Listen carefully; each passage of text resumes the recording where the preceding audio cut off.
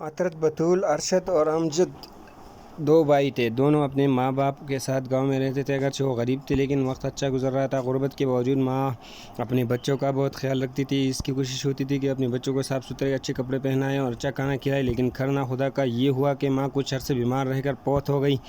ان دونوں بھائیوں پر غم کا پہاڑ ٹوٹ پڑا۔ ان کے ابو، چچا وغیرہ ان کا خیال کرنے لگے، لیکن ماں کی کمی انہیں بہت محسوس ہوتی تھی اور اب گاؤں میں ان کا دل نہیں لگتا تھا۔ گاؤں میں روزگار بھی نہ ہونے کے برابر تھا۔ تنگ دستی اور غربت بڑھ رہی تھی۔ حالات ایسے تھے کہ دونوں بھائی اسکول بھی نہیں جا سکتے۔ ان کے ابو نے حالات میں بہتری لانے کے لیے گاؤں چھوڑ کر شہر جانے کا فیصلہ کیا۔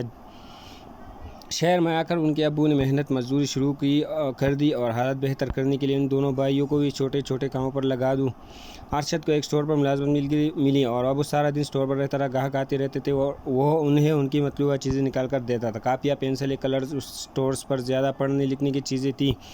ایک دن سٹور پر ایک آنٹی آئی، وہ بچوں کی کہانیاں لکھتی تھی۔ ارشد کو معلوم ہوا تو اس نے کہا میری کہانی بھی لکھ دے، تمہیں کیسے کہانیاں پسند ہیں؟ آنٹی نے پوچھا۔ ماں کہانی لکھ دے، ارشد نے کہا۔ میری امی فوت ہو چکی ہیں۔ ارشد بولا ٹھیک ہے۔ آنٹی نے کہا لیکن ایک بات مانوں گی جی؟ ارشد نے کہا تم نے کہا کہ ماں کی کہانی لکھ دے، اس کا مطلب ہے کہ تمہیں اپنی ماں سے بہت محبت ہے اور ہر ماں کی خواہش ہوتی ہے کہ اس کا بیٹا پڑھے۔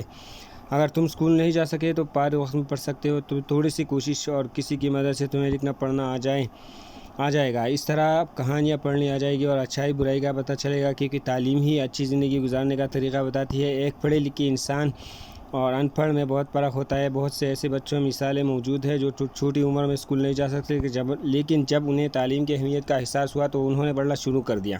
تعلیم کے لیے عمر کی کوئی قید نہیں ہوتی۔ ارشد جس اسٹور میں کام کرتا تھا اس کے مالک بہت اچھے لوگ تھے۔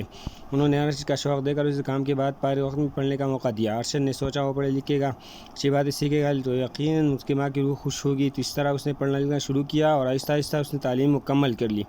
اب وہ ایم کام کر چکا تھا، ایک فیکٹری میں مینیجر کی جاب کر رہا تھا۔ آج بھی وہ اس خاتون کو یاد کرتا ہے جس نے ان کو نصیحت کی، بات اور اس کے دل میں اتر گئی۔ اس طرح اس تعلیم کا سلسلہ شروع کیا اور آج ایک باوقار زندگی گزار رہا ہے۔ اجازت چاہوں گا۔ اللہ حافظ۔